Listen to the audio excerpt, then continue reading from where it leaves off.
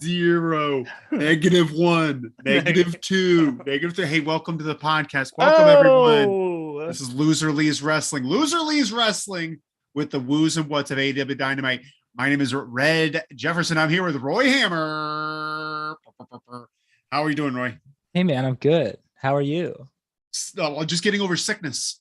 Oh, yeah, we should talk about that. Sickness. We'll talk about it later. You had the sickness. Like, I don't know. I didn't have the sickness. Okay. Well, I don't know if I had the sickness. I definitely didn't test. I tested twice. Okay, good. And no sickness. Great. But different sickness, like obviously sick. The chat's already popping off.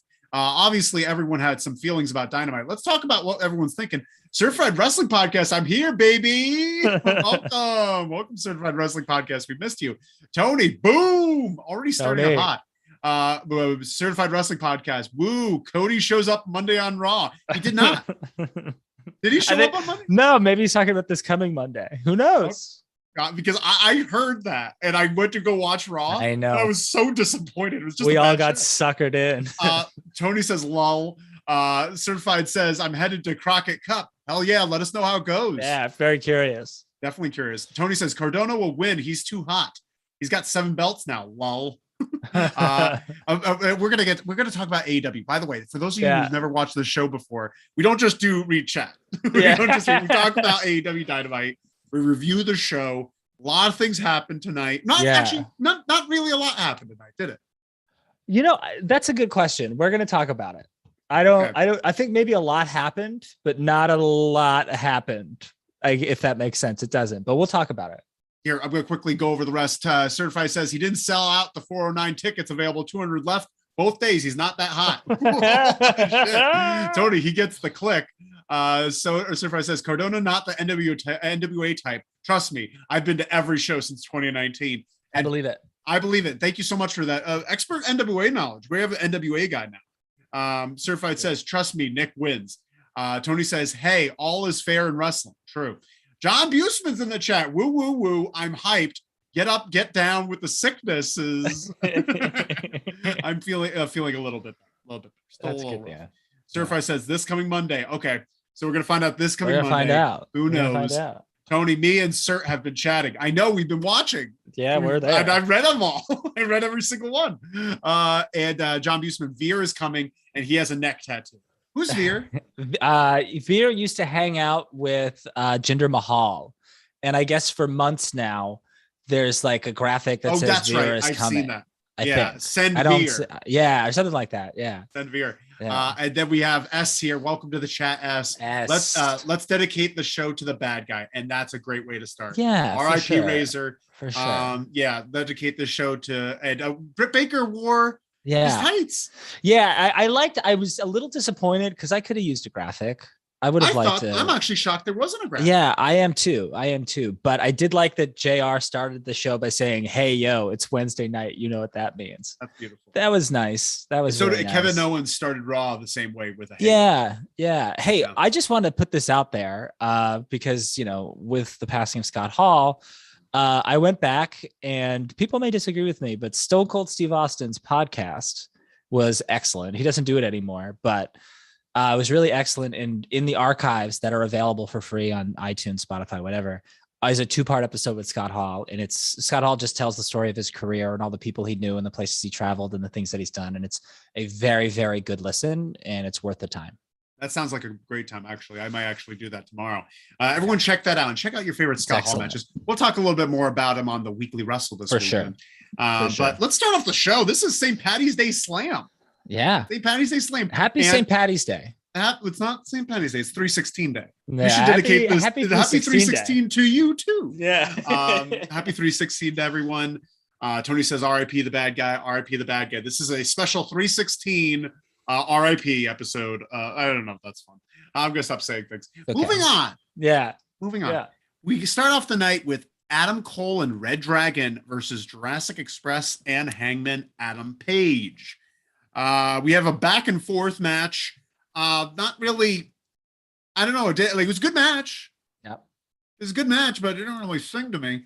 And we get the win with Adam Cole getting the win over Jungle Boy. What are your thoughts on this match? Did you have anything to talk about? Yeah, it was a good match. I thought it was good. It's a classic 6-man opener for a Dynamite. But again, like we talked about, right? Like a lot happened, but not a lot happened, right? So what happened, right? So Adam Cole's team wins, getting an advantage over Hangman. It clearly bothered Hangman. So Hangman is not a cool, calm, collected babyface. He's starting to doubt himself a little bit more. 1, 2, Red Dragon, even though they didn't explicitly get the pin, their team won. Jungle Boy got the pin, setting up a future Jungle Boy versus, Jungle Boy Luchasaurus Red Dragon feud potentially. And it also sets up very subtly a Dark Order heel turn because they've never lost. John Silver, Alex Reynolds, and Hangman don't lose when they tag together, but you didn't choose them. He lost. Yeah, but I wish there was something. I wonder what this episode felt like besides the main event. It felt like an episode of Rampage, a long episode of Rampage. I feel like all the matches were inconsequential. Nothing really mattered per se. We'll talk about more of it. Yeah, I don't know if I agree with that, but I see where you're coming from. I did like at one point I said there's a lot of wrestling on here that all feels very similar. So like I understand that, but there's a lot of like little subtlety, like stories happening.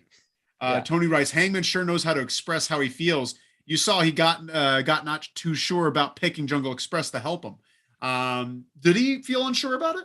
I thought he was into it. I thought it seemed into it. Let us know what you mean by that, Tony. Moving on, we got to talk about Tony Schiavone's in the back with Keith Lee, Hobbs, and Starks, where they're all just standing next to each other. And Starks thinks that Lee must be Irish because he's lucky.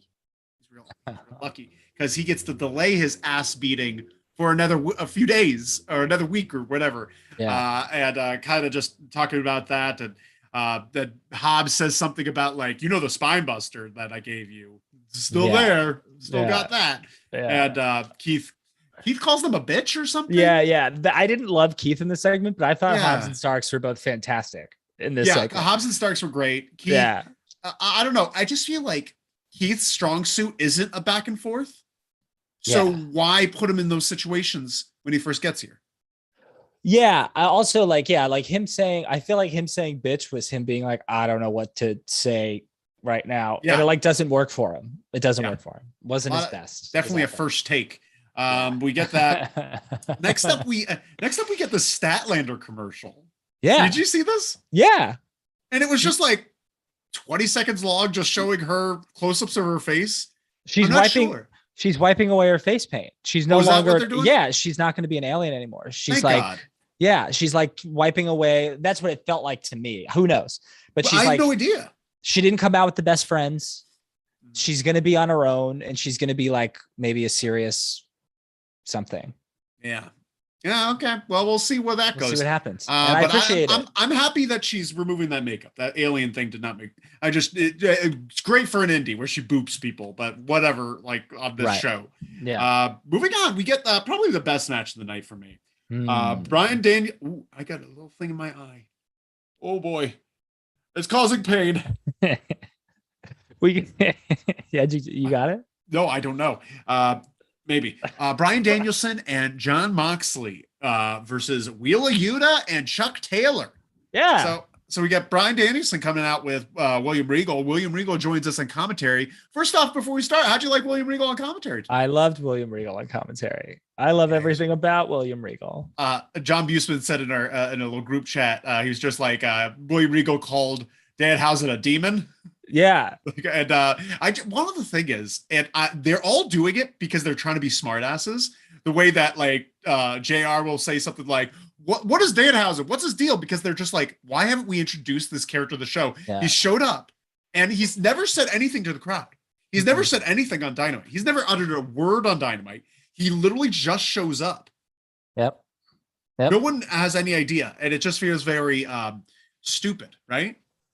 Yeah, I don't like him with the best friends. I don't know if I like the best friends. No.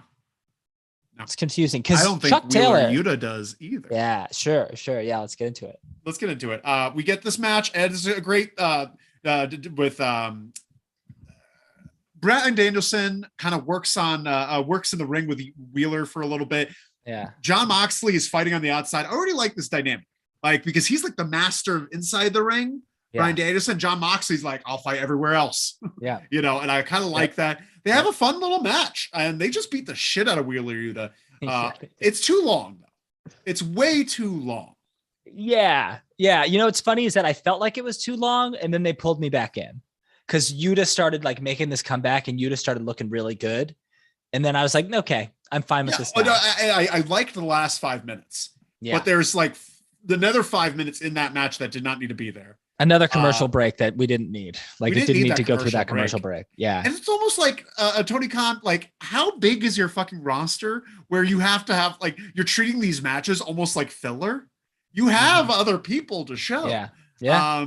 But we get back and forth. Wheeler does look great in this match. Yeah.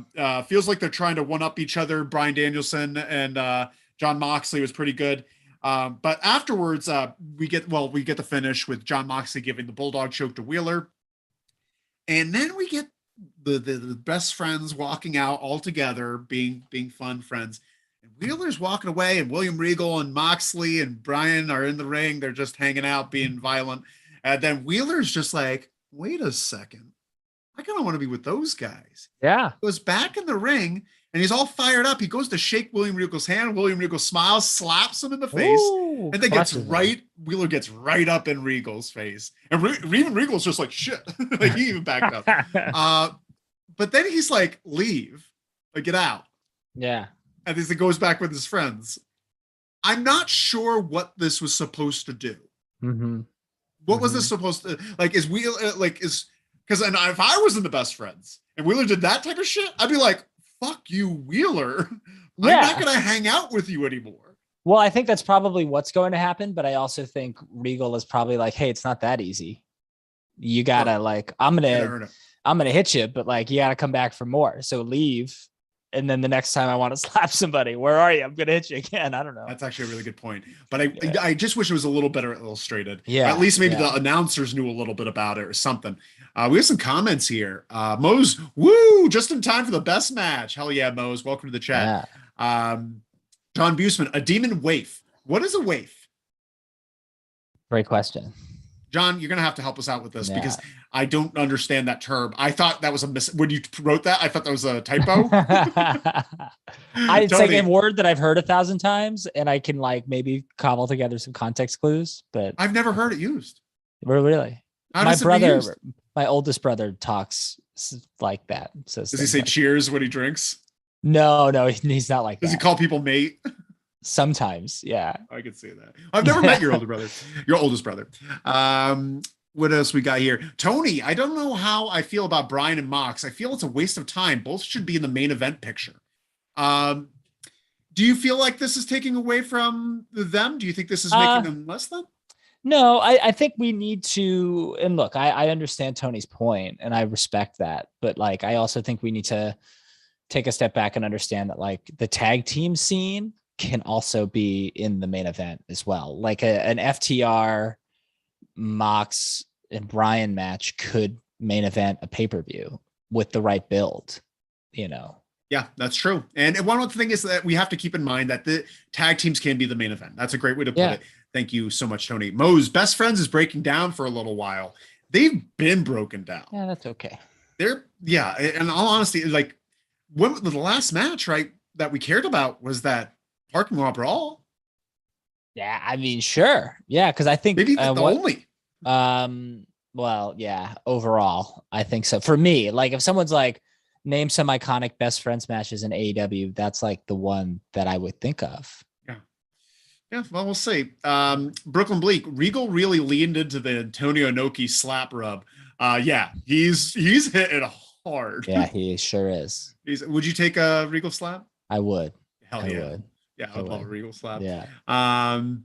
I was watching with my partner and she's just like, why is he hitting people? Like, and then trying to shake hands. Like, why are they walking away? It made no sense. Yeah. Honestly, like we could try to find sense out of it, but anyone watching that scene of a guy going to shake hand, slapping, then they're friendly and smiling, and then he walks away. Completely confusing. Then we get John Busman. I love the Wheeler beatdown and that he went back in the ring. Yes. Yeah. 100%. Rose, Regal telegraphed on commentary that he liked Yuta. But they all said it. Like Bryan said it a few times, and I even think Moxley said it. Like, you want us to take Wheeler Yuta under our wing or something like that. Yeah, there's an interesting thing because all of the people that they mentioned, not all of, but some of the people they mentioned are getting pushes tonight, are getting something to do, and are going to be on television more consistently. I guess when I said before about that feeling like a rampage, I was just thinking about the matches. Yeah, because actually there was a decent amount of story going on tonight that had some interest. Mo's right. Trent has been pushing Wheeler out for a while. Has there been storyline with this, or is this all BTE? It might be BTE. It's all BTE. I don't know. And I haven't seen BTE in a long time.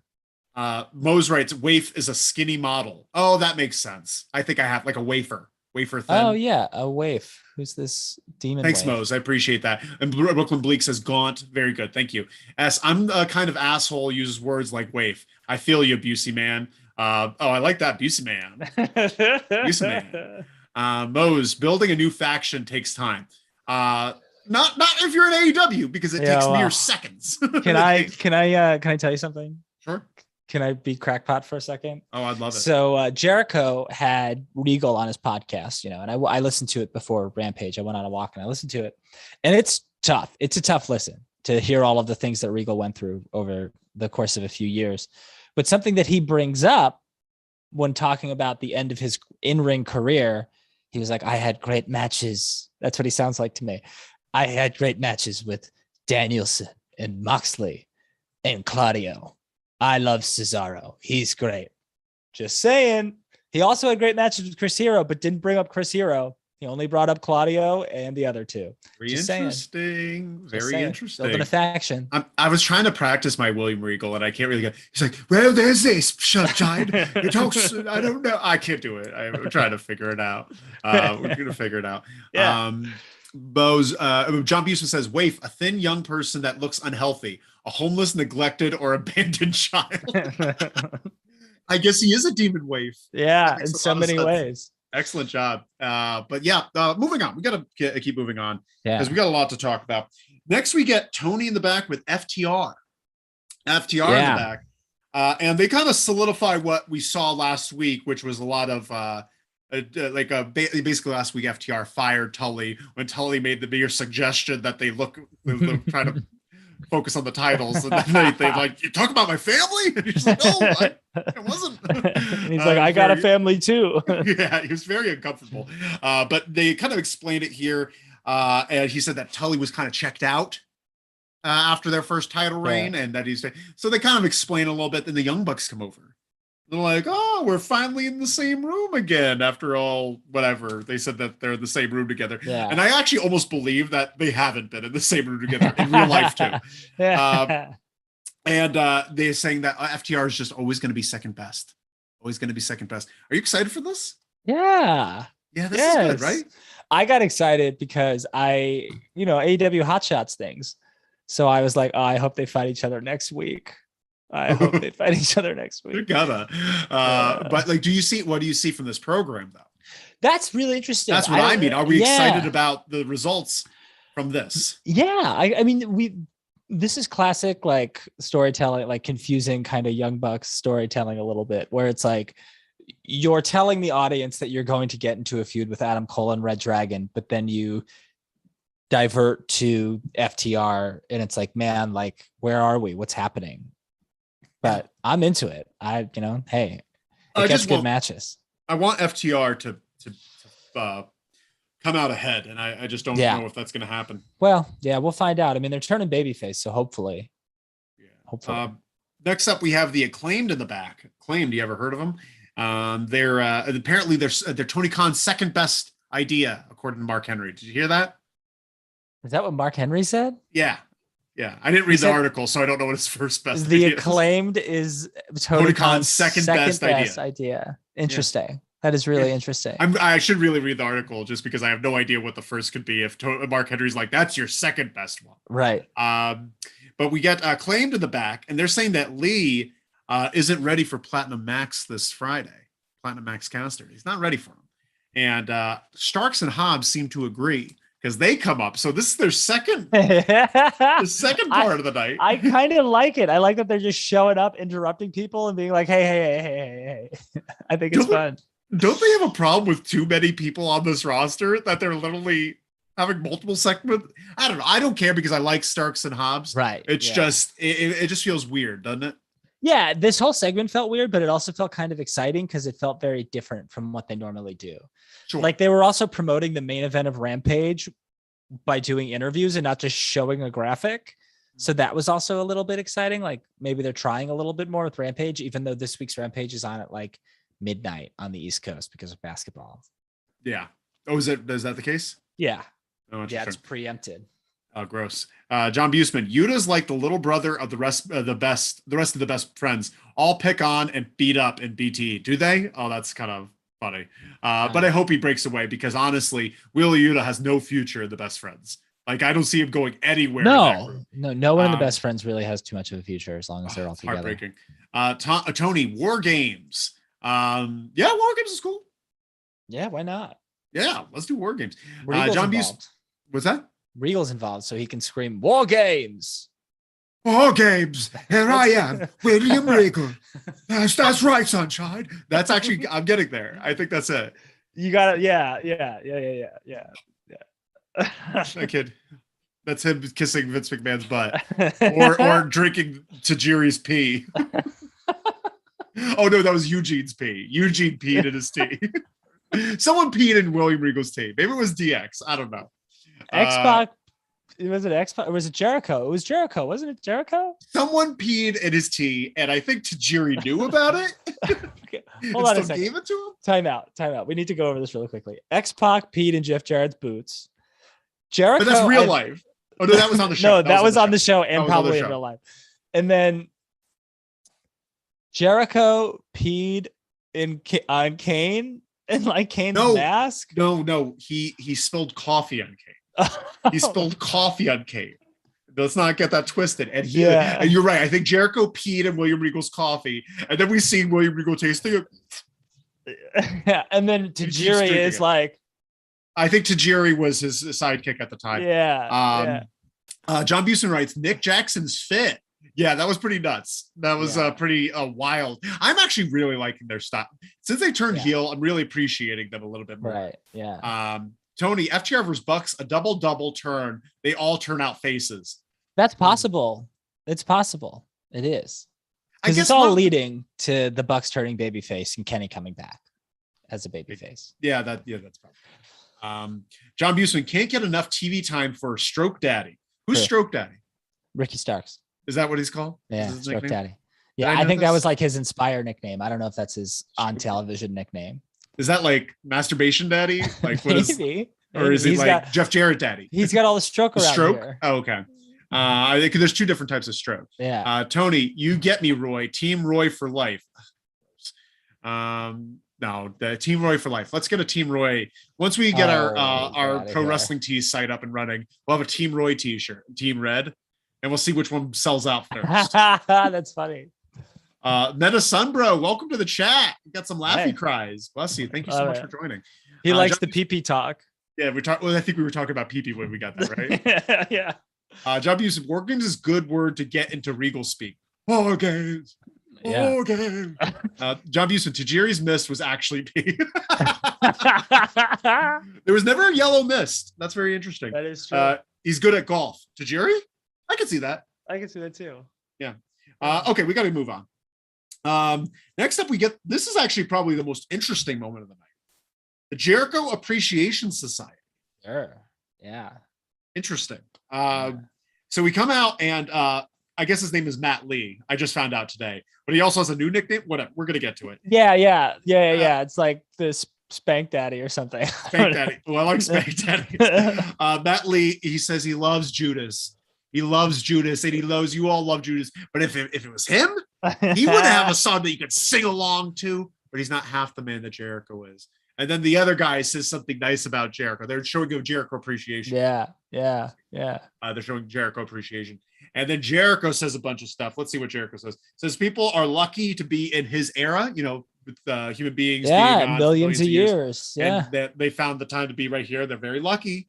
Very lucky. I feel fortunate. And he says, no Jericho, no AEW. People are cheering. Everyone's cheering for Jericho throughout this thing. Because it's also true. Sure. And then he said this, AEW is filled with pro wrestlers and he's a sports entertainer. Ooh. And the boos come. Yeah. And that was actually a really good. I'm actually really into the sports entertainer thing. Yeah. And he's like, I'm a sports entertainer. They all start doing the Spartacus thing, like, I'm a sports entertainer. And Daniel Garcia is about to say no, but he's like, nah, I'm a sports entertainer too. Apparently he got in a car accident and Jericho decided to talk about that. He's like, this guy got in a car accident. He had a broken tibia and fibia. And I gave him money so he could like walk and wrestle again. Him and Kevin Blackwood.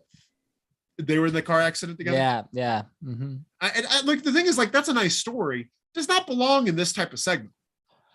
Why? Because they're trying to be heels. Yeah. Yeah. Yeah. Is there anything heelish about that? Well, there's nothing heelish about it, but him bragging about how he gave someone thousands of dollars is a little heelish. Yeah, you could have said that. He's just like, this guy was in a car accident and I gave him money so he could walk again. I'm God. I'm Jesus. Like, he kind of said that a little bit. It kind of became kind of like almost like touching at a point. But I don't know. Then 2.0, he gives 2.0 different names. Yeah, they're real names, I guess. But there's Angelo a bunch of Parker and something Matt Leonard. Yeah, something like that. And their nicknames are like the smack talking voodoo daddy and Plug Buster, Booty Back. If anybody remembers their nicknames, yeah, let us know what their nicknames are. I like Plug Buster, Booty Back. John Busey is right. White Pants Appreciation Society. They looked slick. Yeah, they did. They all look slick. And 2.0 is so happy. They're so good too. And like, this is perfect for them because they're going to catch the beatings. You know, they're perfect. Like Santana and Ortiz, you couldn't like feed to baby faces constantly because you want to build them up and they're going to be stars for you. 2.0, it's perfect for them. This is it. This is their game. Yeah, 100%. And Matt, like that guy, Matt Lee or Matt Leonard, whatever they call him, he knows how to start a promo. Yeah. He grabs your damn attention. I love it. You want a taste? I want a taste? Like he really has this Macho Man vibe to him. Just like this sharp, like, you're listening, you know, he's kind of screaming a lot. I wish he would like tone down the screaming a little bit, but he's got a lot of action, 100%. Tony writes, Jericho does it again. All right, he's doing fine. He kind of does. He does a little bit. But when he's a heel. Yeah. Yeah. 100%. If he's a heel, he does it again. When he's a face, 100%. He doesn't do whatever. Yeah. He never does. Mose, this new faction could be a fantastic way to get his new talent better story and share the TV time. I have no idea where the entertainer story is going. It's just that. It's just a way to get heat. There's nothing more about it than the fact that they're WWE. They're like, we are sports entertainment. You're pro wrestlers. We're here to bring the entertainment. We beat up pro wrestlers. Great. I would love for them to have backstage storylines where they're just like very dramatic. Yeah. They're just like bumping into each other with coffee all the time. Yeah. And that's how they have all their matches. They spill coffee on people's shoes. They like, just do everything. Like they do everything the WWE way, which would make them very unique because it's not done that way here. And that's great. I think I'm actually very excited for this whole thing. Then he said that Jake Hager is hand of the king. And then Jake Hager talks, and it's hysterical. Yeah. This is the Jericho Appreciation Society. Yeah, it's a shame that he had to say JAS. Yeah. With his that's rough. List. Honestly, it feels like a rib. I feel like they were playing a joke on old Jake Hager by giving him some S sounds. Yeah. But bless his heart. Yeah. But they're a tough thing. As hell. Yeah, they're a thing, and it's going to be interesting to see what happens. I'm interested to see where it goes. Yes. Yeah. And I'm excited for 2.0, most of them. For sure. And Daniel Garcia, actually, for that point. Yeah, of course. Very excited to see what that. Brooklyn Bleak says, oh no, more screaming promos. It's very macho, Scott Steiner-esque. Yeah. I love them. Yeah, not bad. Not bad when there's only one person on the show doing it. Yeah, 100%. Moving on, we got Serena Deeb. Yeah. Serena Deeb welcomes Sheeta back, and she's like, Sheeta, okay, come on in. You were thinking about me this entire time? I wasn't thinking about you at all. Not at all. Pretty good. Roasted. It was pretty good. It was pretty cold. Yeah. Pretty cold. But we're excited for this. This is very good. Yeah. Yeah. 100%. Yeah. 100%. Yeah. So they're gonna have a match probably soon. Excited about those developments. We got John Busman. Before the match starts, the Jericho Appreciation Society has to pause and soak in the moment. 10 beats too long. That's sports entertainment. 100%. Have more of the sing-alongs. Have more of that type of stuff. Do you remember? What's something that's not used and it should be brought back? Edge and Christian's 5-second. Yeah. 5-second pose.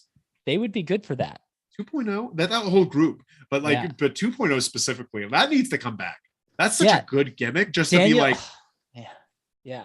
yes. We tried to get that going. Do you remember we wanted to get a boomerang going for the benefit of those with boomerang, and we would be on stage and we'd do a boomerang? Yeah. Do you remember this? Yeah, of course I do. It's pretty big deal. You know, Daniel Garcia too is the perfect Rhino. You know, remember when Rhino was with Edge and Christian? Oh yeah. Like he's the Rhino to 2.0. He is. And he could talk. And he can talk. That's true. That's true. Very interesting. Tony, I miss Scott Steiner. Lol. Well, you're going to see him in the Hall of Fame this year. So is that official? Not yet, but I would love to see his speech. His speech is going to be off the chain. Yeah. They're going to be like, no, Rick's only allowed to talk. Rick's the only one allowed to talk. Brooklyn Bleak, I can't wait for Scott's Hall of Fame speech. Same here, brother. Who's going to induct them? Who would induct them? Who would induct? Let us hear your thoughts on who's going to induct. Braun Breaker? Yeah. It would have to be, right? It has to be Braun. Who else would? That's actually the exact answer. We don't need to hear your answers anymore. It's Braun Breaker. Next up, we get this match. Wardlow versus Scorpio Sky. Yeah. Is anyone else over this? I'm over. I don't know. Yeah. Like he had his moment on Sunday, which was a great little moment. Really happy fantastic. for him. It's the night of his life, that Revolution pay-per-view. Yeah. But honestly, like it's just Ryback. Oh, that's fucked up. He's Ryback. He's not better than Ryback. Ryback had more charisma. Ryback had more personality. I don't know about all that. Yeah. He. I don't believe a single thing Wardlow does. I believed Ryback wanted me to feed him more. I believed that. I don't get Mr. Mayhem. Like he's Ryback. Yeah. Yeah. Tell me I'm wrong. I don't think you're wrong, but I don't know if you're right. Ryback's a harsh comparison to make. But like, I can't think of anyone else to compare him to. He's not Goldberg. He's not Brock. He's not The Rock. He's not, I don't know who he is, but it feels like most likely Ryback. We get some comments here. I'm sick of Darby and Sting being the goody two shoes who saved the day. Did I skip over that? Is that later? No, that's next. That's after this. Okay. Oh, did I miss? Is it after this? Oh yeah, it's later after this. Yeah, but yeah. I don't know. We all saw this finish coming, right? Like MJF gets involved, etc. Costs him the match, whatever. I don't know. I think Scorpio did his best, but yeah, I don't think Wardlow's ready yet. I don't think he's there. Of some of the highlights from the match. So it's Wardlow versus Scorpio Sky. First thing, I don't even recognize Scorpio Sky's music. Yeah. When it plays, it used to be better. I liked his original song. That was like, I would like for the sky. I like that song. But over this one. You can't have that as a heel. You have to have like, thumb in someone's eye. Something like that. Someone's eye. Actually, that's pretty good. Paige Van Zandt gets in Wardlow's face. And then the MMA guy gets in front of his face and then makes out with Paige Van Zandt. And then Wardlow's like, I'm going to powerbomb you. And then he just grabs him and puts him in between his legs. And the MMA fighter, who is a wrestler, presumably, lets him. He doesn't snap his knee in two. Yeah. I think the guy looked like shit. Yeah. I think Paige Van Zandt has a lot of potential. I think she's going to be really interesting once she learns how to wrestle, which apparently she's doing. I'm excited for Paige Van Zandt. Yeah. But then we get some stuff happening outside. He does the powerbomb deal. Then Dan Lambert distracts the ref. And then he's about to do a powerbomb on the outside. And then Sean Spears distracts, bringing out a chair. And then Wardlow's like near the back of the ring. And MJF sneaks up from behind, pushes him into the post. And we get Scorpio Sky get the roll-up win. Afterwards, the MMA guy beats up Wardlow. Then they all swarm, and then Wardlow fends them all off and beats them all up. And then he's about to powerbomb MJF when Spears hits him with a chair. And then MJF does the ring shot. So we're going to get probably Spears versus Wardlow first, followed by the MJF Wardlow program, right? Yeah. That's what it looks like. I don't know. That's tough. Because I mean, Wardlow has to win that from like a storytelling perspective, but like MJF shouldn't lose to Wardlow. No, that'd be terrible. Weird. It's really weird. It just doesn't. Yeah, I don't know how I feel about this entire program. Like, I don't like this MJF versus Wardlow thing because I don't see anything good happening out of it. And I don't like Wardlow. Tell me, somebody please defend Wardlow. Tell me why he's good. Tell me why he's so special, because I'm really trying to figure out what makes him so different than a million other people. But we got some comments here. Brooklyn Bleak, He's like Jade Cargill without the charisma. Yeah. That's a good way. That's a good comparison. Yeah. Yeah, that's good. Big, muscular, not charismatic. Brooklyn Bleak, but she's developing quicker. Yes, she is. Also true. She's a star. But she also looks like a star. Wardlow looks like he's at a Gold's Gym all the time. He just looks like a nether meathead. Yeah, nothing special. Boyzzz, he wanted this, and yet it felt flat as fuck. Who wanted this? Did we want this? Maybe the AEW fan base wanted Wardlow. We wanted this. Oh, we wanted this, and it felt fine. Yeah, no, you're right. Yeah. And the thing is, like, I guess I kind of wanted it, but like once we got it, it's just like we have to find a way out.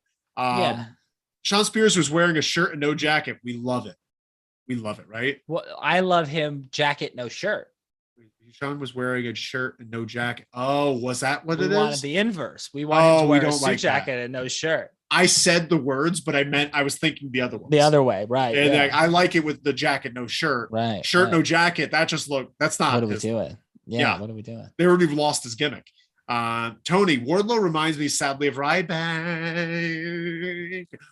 Team Red. That was a Team Red moment. Tony, are you Team Red right now?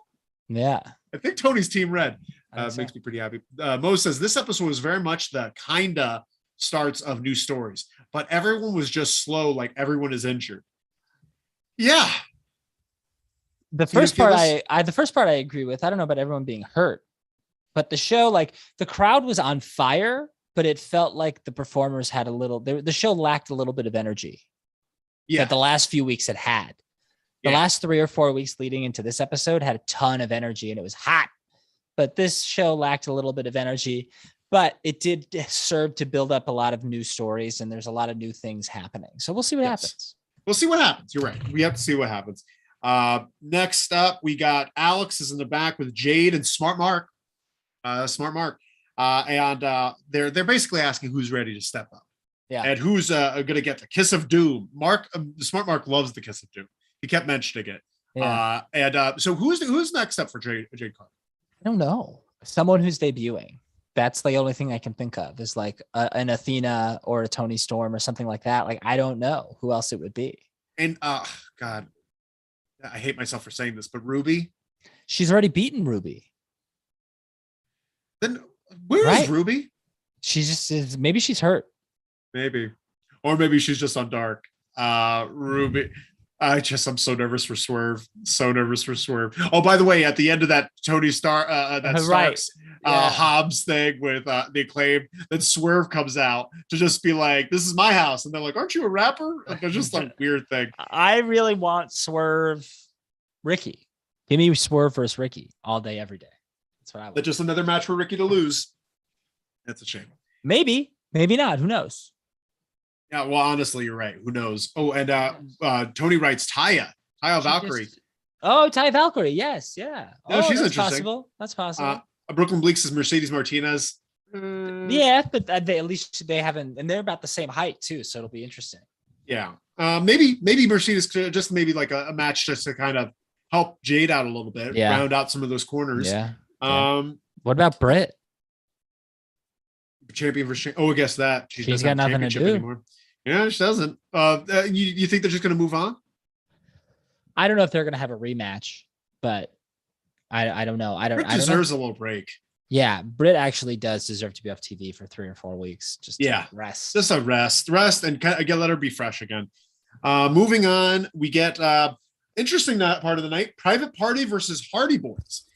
So the Hardy Boys have come back, and they're just showing up on an episode of Dynamite, and it feels like nothing.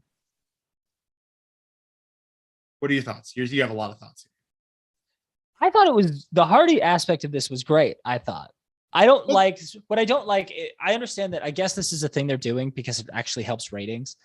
Is that Tony Khan's rolling out these new match announcements the day of the show to get more people to tune in, and I get that, and that's fine. But yeah, you probably should have made a bigger deal about the Hardy Boys coming back.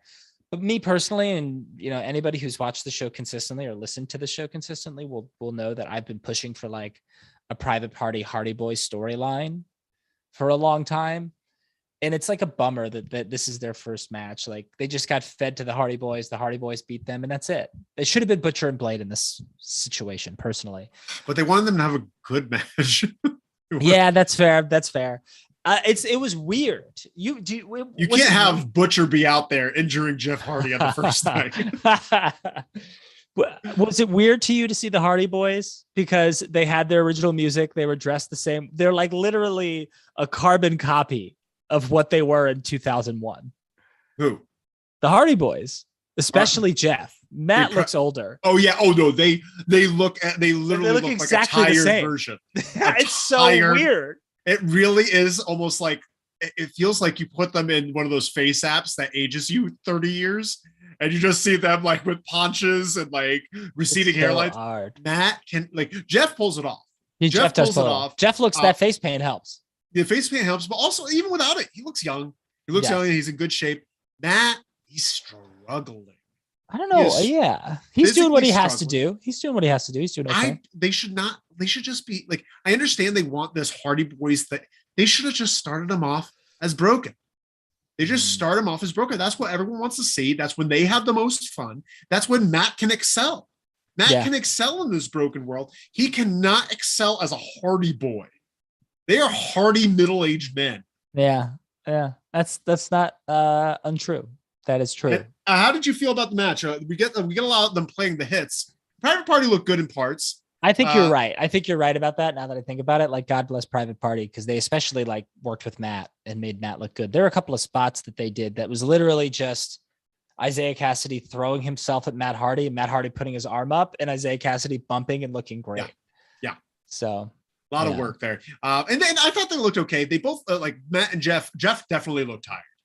Jeff looked exhausted. Yeah, I just think it's interesting to think about this. And like when we were younger, I guess we didn't think about it, but like similar to Keith Lee, like these guys haven't wrestled in months. Yeah. Months. And even when they were wrestling 4-minute matches on SmackDown. Like they haven't like wrestled in a really long time. And it's going to take a while for them to get their wind under them and wrestle the AEW style. I wish that AEW did that. I wish AEW kind of let them have some time off TV, off of matches, just to kind of get warmed up. Or even just wrestle 4-minute matches rather than go hard with Private Party. Yeah, these 20-minute matches that go through 2 commercial with breaks. Like super athletic dudes who are in their early 20s. It's and Matt wasn't there the entire time because Jeff was blown up. The crowd was going wild though. They loved Jeff. Jeff. Swanton killed him. Yeah, it squished him. That's the second one. Last week it crushed Blade too, but Jesus this week, Christ! And you know what sucks even more is like not only is his weight coming down on him, but Homeboy's also got the studded belt on, and those studs are going right to your right to his fucking shit. We have some comments here. Mo's right, Paige as a potential opponent for Jade. Sure. Yeah, Why love not? it, but who knows? Redley 697 says, if they cancel a match, does that mean they had to strike it? The sound of your voice when you go, you like as soon as you said the username. It's just a shame. Mo's, what if Britt did get TBS and had a title versus title match? That sounds interesting. I just tired of them throwing around belts. And we'll talk about the belt change. Jade should have that title forever. Who? I think Jade should have that title forever. Honestly, I don't mind that idea. Yeah. This was not an exciting match. I wanted to love it. Matt is just moves like he has a cement knees. It's his hips. It's his hips. Brooklyn Bleak. Little baby hips. Moses, his hips. Brooklyn Bleak says Matt gets up off the mat like a toddler trying to stay up. We talked about that. No, he does, and it's very cute. It's sad though because he's got these baby hips. He's got these wide hips, and his legs kind of come out. He's great. That's why he always did the leg drop. Did I tell you that? No. He did the leg drop because his hips are bent. His legs always fall down with a bent. And so when he laid down, instead of his legs going out like that, they went like that. Oh, and so he bent his knees, and so he always cut it. Like his opponents, it was very easy to take a leg drop from Matt because he would just give a great one. Didn't the leg drop fuck him up? Fucked up his spine. So now he's got his baby hips are fused to his spine, and so now he walks around like a little infant. Good point, Brooklyn Bleak. I'm glad that we're on the same page. Matt's tires are flat. Oh, 100% Brooklyn. Tony writes, maybe the Hardys run, they became the extremely broken Hardys. That's fine. I'm fine with anything. I just don't want this. Yeah. I just don't want this. Yeah. Brooklyn Bleak and Jess Swanton was rough. Matt Baby Hips Hardy, so much hate. Or what does that SMH mean? SMH shaking my head. I thought it was so much hate. Shaking my head. SM. So much hate. SMDA. Wrong. I'm just wrong. All right. SM. I thought it was so much damn SMDA. hate. No, it's shaking my or so much head. Fucking hate. It's wow. Shaking my fucking head. Wow, I had no idea. Learned this last week. Now I'm still having trouble with it. We got to move on. But after that match, we have Andrade come out with Butcher and Blade, and honestly, it was just Andrade. Who's the guy next to him again? Jose. Yeah. Jose and Butcher and Blade. That's a good looking unit. Yeah. That's a good looking unit. Yeah. Get rid of Private Party. You're goofs. You're just goofs. I want to like you, but you just don't take yourself seriously. They'd probably be better on their own anyway. Probably. Yeah. Put them in the Dark Order. Honestly, that's actually a pretty good idea. Yeah. Put the Private Party in the Dark Order. And then we have I think they look like a good little tag team. And then Sting and Darby come out to make the save, and they all kind of huddle together. But the idea of that Andrade's team versus Sting, Darby, and the Hardys, that's actually a cool unit. Yeah. The Hardys look good with Sting and Darby, no? Yeah, absolutely. Sure. Yeah. I just think who's the odd man out in that scenario from Andrade's team? Is Andrade not wrestling, or is like Butcher not wrestling? What do you mean? It's 4-on-5. Yeah, just add one of the Private Party guys. I don't know. Okay, there. Just one of them. No, I'm saying it's Sting, Darby, and the Hardys versus Butcher, Blade, Private Party, and Andrade. That's fine. I'll just have Andrade and one of the Private Party guys. No one like. You would rather have one of the Private Party guys and Butch, but you don't want to take Butch out? Butch looks cool. Good. Yeah, but he would look cool on the outside cheating and roughing people up. Honestly, actually, that's the best use for Butcher. Bless his heart. We got some comments. Mo's baby hips and baby arms. Matt Hardy versus Adam Cole. Make it happen. We want it.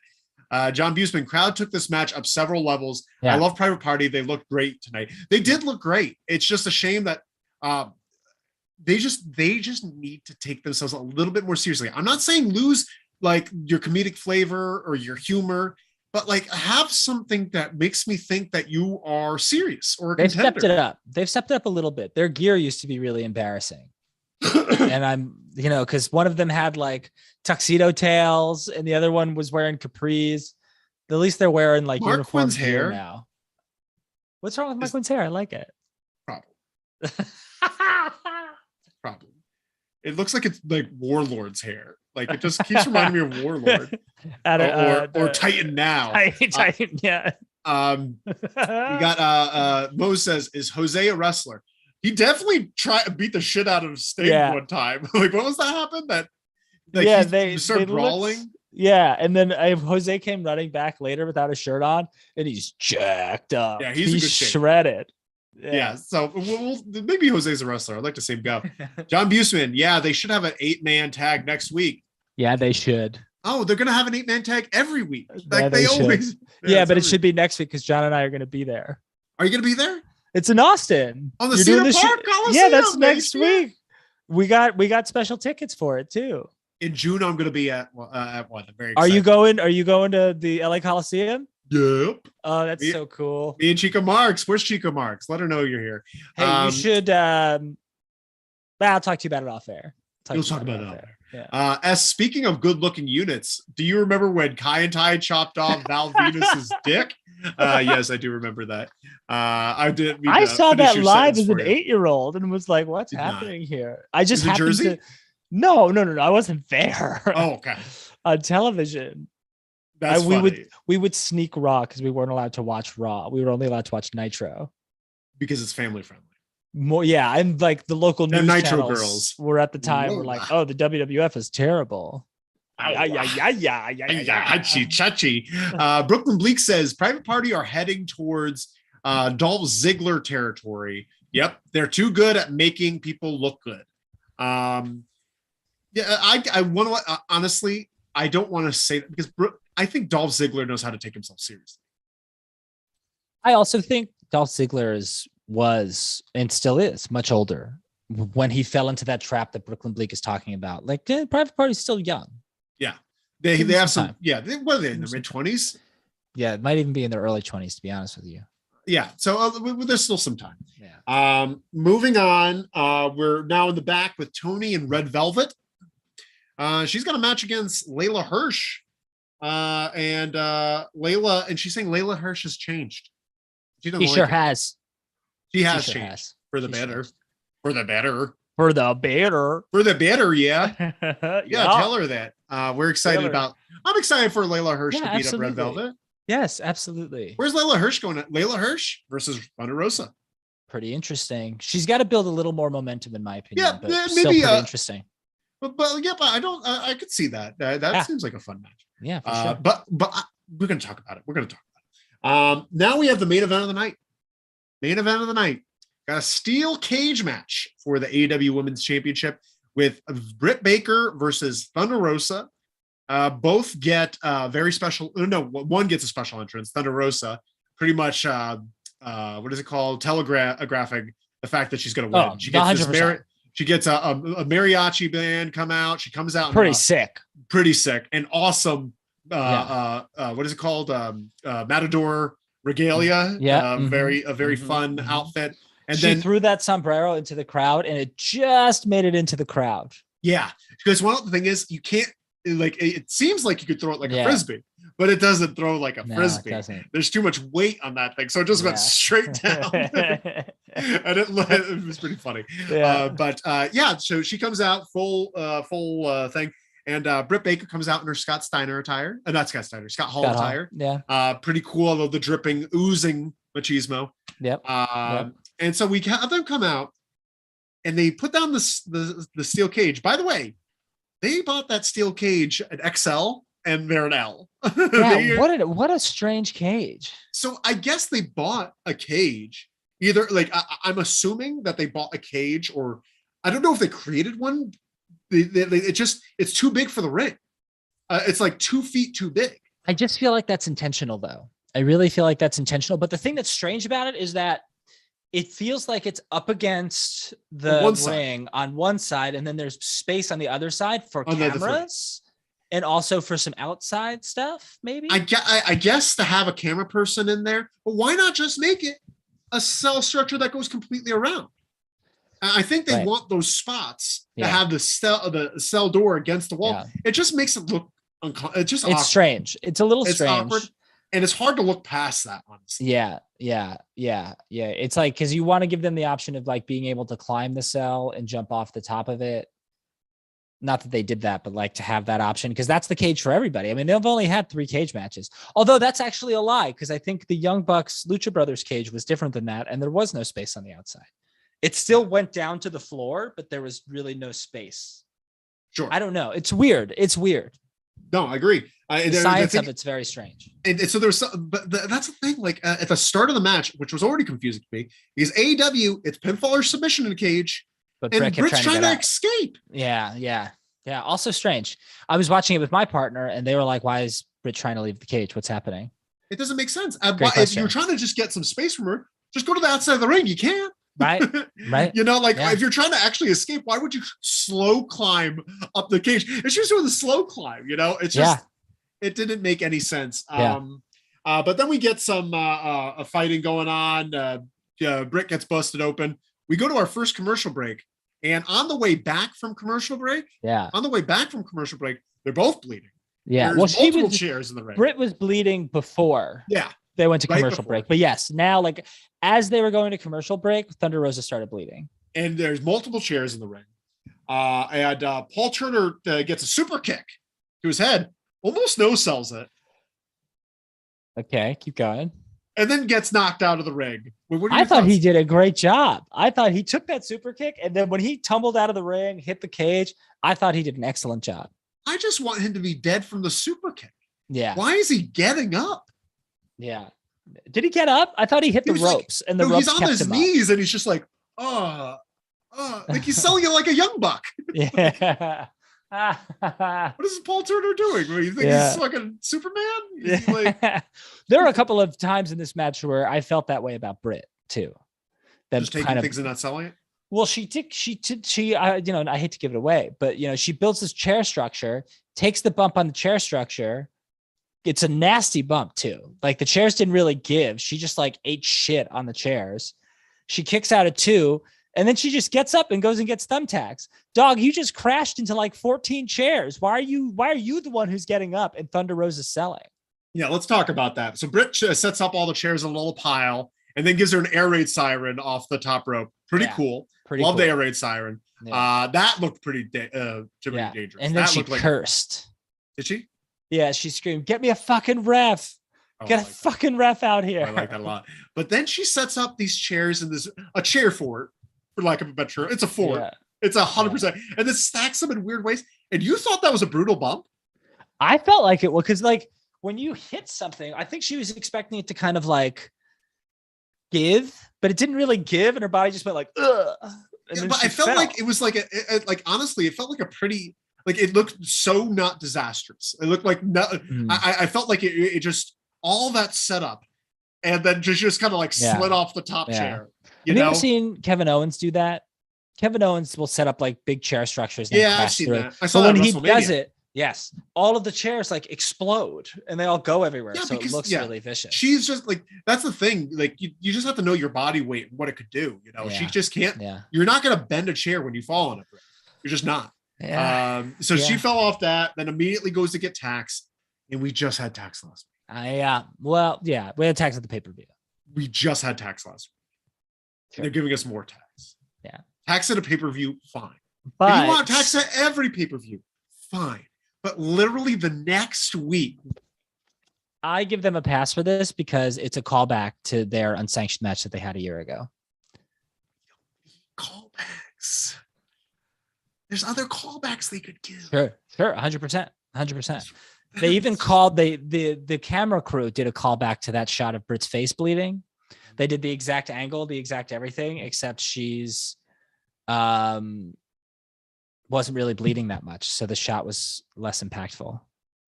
And then we get the tax. Britt Baker gives her drops Thunderrosa on the tax, and then she's about to go for the lockjaw. What does she call it? Lockjaw? Britt's move, the lockjaw. Yeah, she goes for it, and then her defense, taking her bare hand and slamming it on the tax. Really good. Great idea. Really fun. Then she hits the Thunder Driver on the tax for the win. Thunderrosa is our new champ. Yeah, and that's great. It needed to happen. It's in her hometown. It's a huge victory. The crowd was super hot. It was great. It was great. It was very good. At the end of the day, like, this is the right move for everyone. Yes, 100%. We have a lot of comments that I've been neglecting. Brooklyn Bleak says Fire and Shay and for the win, Nitro Girls. Lol. I'm assuming those are Nitro Girls, huh? Yeah, they sure are, pal. I'd imagine. Fire and Chase. Oh, Chase. Isn't Chase a Miss Michaels? Miss Sean Hickenbottom? Maybe. That's a good question. Mose, how much do I not care about Red Matchstick versus Hirsch? A lot. Snooze. Red Velvet. Let's be nice, Mose. Hey, come on. Mose, free your mind, and the rest will follow. You know what I'm saying? But honestly, I'm not terribly. Red Velvet, sometimes she has it, sometimes she doesn't. I like that. You like the start straight from your mama's kitchen. Yeah, that's good. Yeah. Brooklyn Bleak, that female mariachi band was such a giveaway. Yes. Yeah, but in a good way. It's actually really funny. I was talking to my partner about it, and I was like, "Oh, AEW rule, good. The babyface always wins in their hometown." And then my partner, who does not watch AEW with me weekly, was like, "Yeah, but CM Punk lost in Chicago," and I was like, "Got me, roasted." That's it. That's it. I just got roasted. That was good. Yeah. Well done job, Scrappy. We got Sean Blair, BattleBots gang. I'm a day early. Let's go, dog. Thank you so much for joining us. Hey, how deep are we into the season of BattleBots? Tomorrow is the finale. Start of the tournament. Oh, yeah. Tournament of 32 starts tomorrow. I have no idea who the matches are going to be. And I'm so sad that within 3 to 4 episodes from now, the season's over. That's crazy. And I'm just going to have to rewatch old seasons. Are you going to do Talking Bots like old seasons? Like rewatching? I don't know if I have the energy. It's a lot. Sean Bled knows how much energy I throw at this thing. Mose, this had a bizarre start. There was a lot of talking between the two while they were locking up. Yes. Did you notice them talking back and forth? A little bit. Got to be careful with that. Mose brings up an interesting point here. Mose, Rosa was way more injured than reported. Moved like nacho cheese speed. So is Thunder... I really think there's something wrong with her leg. I do really think she's hurt in some way. She's definitely half speed. Yeah, she's not moving the way she normally does, and it's affecting the quality of the matches. But I mean, why give her the title? You just gotta do it sometimes. I don't know. Maybe she can recover quick. I don't know. Good question. She'll probably not defend it for a few weeks now. It's true. Well, freak up. John Busey says, got to make sure the racks look strong. The tax, and they corrected the tax. Mose, there was a lot of similarities to Young Bucks versus Lucha Bros in this match. I guess so. I guess there were in that match too. I don't know. Super kicks. A lot of super kicks. Oh yeah, because they had tax. That's right. They did have tax, and they did the shoe with the tax in it. Whatever. Right. Classic Young Bucks spot. But yeah, that was the show. That's it. That was the show. Are we excited about things moving forward? Rampage doesn't look great. Well, I think Rampage, despite their attempt at advertising the main event, is kind of a throwaway show because it's going to be on at 11:30 Eastern. So their viewership's already going to be kind of down. And they announced nothing for next week. So we'll see. We'll see what happens. It's a weird episode. Really weird episode. It is. Yeah. And Sean Bless says it's tax season, BB. Hell yeah. Sean Blagg gets it. Sean Blagg gets it. Sean gets it. Sean Blagg. We love you, Sean Blagg. And I'm going to guess that BB stands for BattleBots. It's tax season, BattleBots, baby. Thank you all so much for watching. Yeah. Thank you all so much for watching. If you have things that you want to talk to us about, if you have any questions, send us a chat, send us a message, go on Instagram, follow us on Instagram at Loser Leaves Wrestling on Instagram, and send us messages. Call the hotline. I haven't said the damn hotline all night. The hotline 201-574-7222. Call the hotline, get some juicy gossip, and then leave us a message. Send us some text. We want it all. We want them all. All the excess, the sex, and much success. Name that song. We want it all. What's that? The excess, the sex, and much success. Was Too that bad like a I want it all. SmackDown theme song? Oh, come on. Yes, it is. Was it really? It's the best thing. SmackDown. Which one? When they first did the brand split, they had the two separate ones, and then they had the Beautiful People for SmackDown, and then something else for Raw. I forget what it was, something Papa Roach or some bullshit. But then when they kind of changed it to where Raw was more hard rock industrial, and they made SmackDown more hip hop and chrome, they changed it to this hip hop song. That was just awesome. That's like 0405. Yeah, 03. No, definitely 03. Because I remember Eddie just in the locker room, and you see him hunched over, and then Kurt Angle just tossing back and forth. It's a really great time. But yeah, excellent job, everyone. Excellent job. We really did it this time. S says when Jericho lost the belt at Revolution, he had a chorus for his entrance. It was bomb, by the way. Yeah, just saying. Good point. Mose and the band at the start. Mose also said, good stuff, guys. Thank you all so much. Make sure to follow the things, Twitter, Loser Leaves Pod. Send us an email, loserleavespod@gmail.com. That's right. Anything Call the hotline, 201-574-7222. And then we'll be back on Saturday. We're going to be back on Saturday with more weekly wrestle for all your news fixes. And we're going to talk a little bit about everything, but we will talk about Scott Hall. I think that's going to be fun. We will definitely talk a lot about Scott Hall. Have a great night, everyone. Yeah. See you on Saturday. Bye. Bye. Bye, squirrel friends. Bye, squirrel friends. We should end it like that, right? We should. Shantae, you stay. Shantae, you stay. Ole.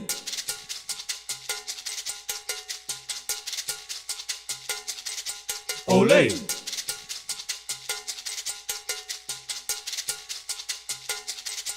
Ole.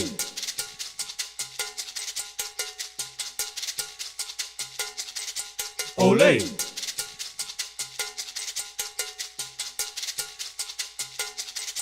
Ole.